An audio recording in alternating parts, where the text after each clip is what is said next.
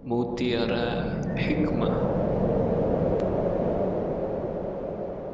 Kata Syekh Bakar Abu Zaid beliau mengatakan, dahulu para guru itu selalu mentalkinkan, selalu menyampaikan kepada murid-muridnya agar mereka itu menghafal, agar mereka itu memahami intisari dari satu qasidah yang disampaikan oleh Imamul Jurjani rahimahullah.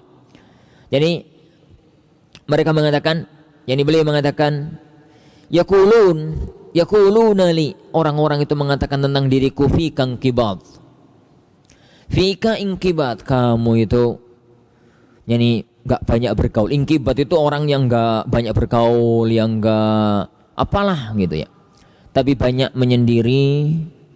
Orangnya itu ya omongan bicaranya dijaga, tingkah lakunya dijaga, ketawa senyumnya dijaga, sehingga nggak kayak orang-orang yang biasa di warung, nggak kayak orang-orang yang biasa di konser, nggak kayak orang-orang yang biasa di mana gitu.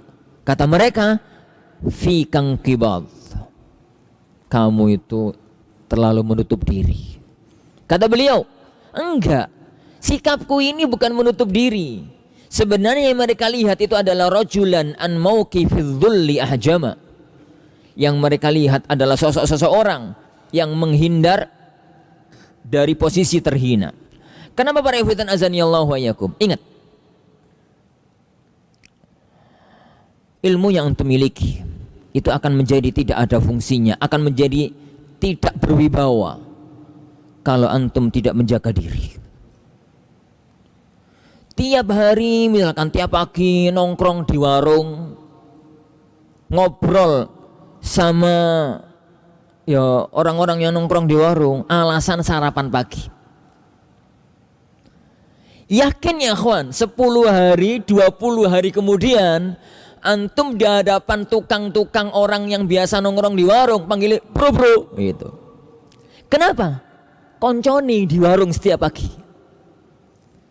Anda sekarang di hadapan mereka adalah teman ngobrol di warung setiap pagi. Makanya dulu para ulama membenci orang makan di warung. Dulu ya kawan, sekarang enggak. Kalau kita itu pemegang ilmu, kiai lah, seorang kiai itu tiap sore gitu karambolan.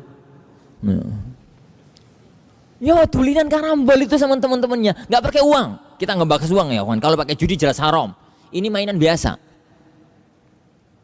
Ini mainan biasa.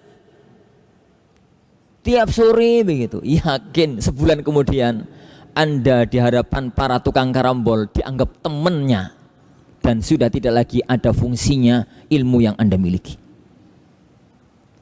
Kalau tiap hari gitu, tiap hari loh ya kawan, tongkrongannya itu di lapangan bal-balan terus tiap hari, maka di hadapan orang-orang yang tiap hari bal-balan, Anda hanyalah seorang teman, bukan lagi seorang kiai, bukan lagi seorang syekh, bukan lagi orang yang perlu dihormati ilmunya, karena kurang menjaga kewibawaan diri. Gak boleh Ustaz, boleh jarang-jarang, boleh jarang-jarang. Makanya kalau butuh sarapan pagi dan memang di rumah sedang gak masak, bisa jadi pas opo istrinya sedang sakit, kayak LPG habis, toko belum buka atau apalah, maka beli bungkusan makan di rumah. Sehingga kita tatkala ketemu dengan orang-orang yang ada di tempat semacam itu hanya sebentar lalu pulang. Itu pun jarang-jarang. Kalau kemudian mau refreshing, boleh, nggak ada masalah ya akhwan. Jarang-jarang. Jangan ceburkan diri ke kubangan tempat semacam itu, karena nanti kewibawaan ilmu antum akan hilang. Makanya beliau mengatakan di sini, wa inna ma ra'au rajulan an mauqifidz dzulli ahjama. Alasan beliau, aron nas, saya melihat manusia itu, mandanahum hana indahum, yang dekat, yang akrab itu dengan mereka pasti menjadi hina di hadapan mereka, menjadi rendah, menjadi biasa. Kenapa ya kawan? tidak ada manusia yang tidak punya cacat. Tidak ada manusia yang tidak punya aib. Dan orang itu semakin akrab, semakin aibnya nampak. Makanya dulu para ulama kita mengatakan, kalian itu jangan terlalu akrab dengan para ulama. Kenapa? Kalau terlalu akrab dengan para ulama, hasil akhirnya kurang menghormati ulama tersebut. Kenapa ya, Juan? Kelihatan aibnya, nampak aibnya. Walah, ternyata ustadz itu ngentutan toh. Karena tiap hari ketemu beliau 1 menit tut, 1 menit tut. Dapat 3 hari 4 hari, maka ustadz itu di hadapan antum itu akan menjadi rendah. Walah, ustadz fulan itu selama ini tak hormati, masya Allah, ternyata ngentutan. Minimalnya ada lagi. Ternyata ustadz itu kalau makan itu sekali makan 3 piring. Lah yo kok ono ustadz gak zuhud itu. Akhirnya menjadi rendah lagi. Kedua. Ketiga, ternyata ustadz itu nek turu ngeblok ngono. Ngerti ngeblok enggak? Ngeblok itu kadung turu langsung sek gitu. Dibangunkan repot, subhanallah. Lah gitu kok tadi ustadz yo gitu. Kenapa itu muncul ya kawan? Karena ketahuan aibnya. Ketahuan aibnya. Makanya kan di mana-mana nggak ada kiai itu mampu nundukkan istrinya. Nggak ada. Kiai itu kalau mau nyeramai orang 1 lapangan mampu, tapi suruh nyeramai istrinya, 2 menit tinggal pulang, tinggal pergi sama istrinya.